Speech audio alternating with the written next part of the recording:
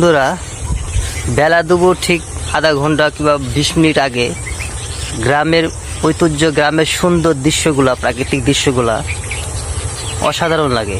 পাখিরা যখন ডাকে কিচিরমিচির করে, আর অনেক জায়গায় হই আল্লাহ সেরকম নাই শহরের মতন, একবারে নিচুপ বলা যায় আর কি, শুধু পাখিদের ডাক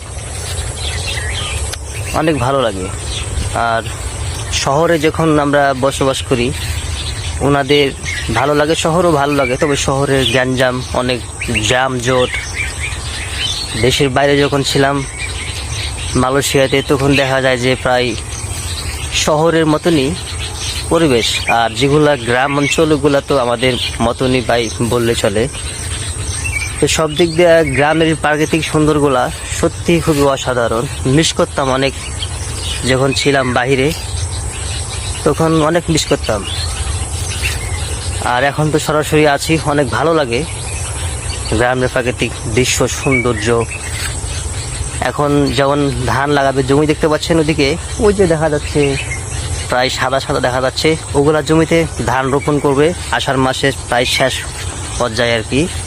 তো এইটা বছরে একটা ধানগুলা চাষ করে। আর আমাদের চাঁপাইনবাবগঞ্জে আমের জন্য বিখ্যাত।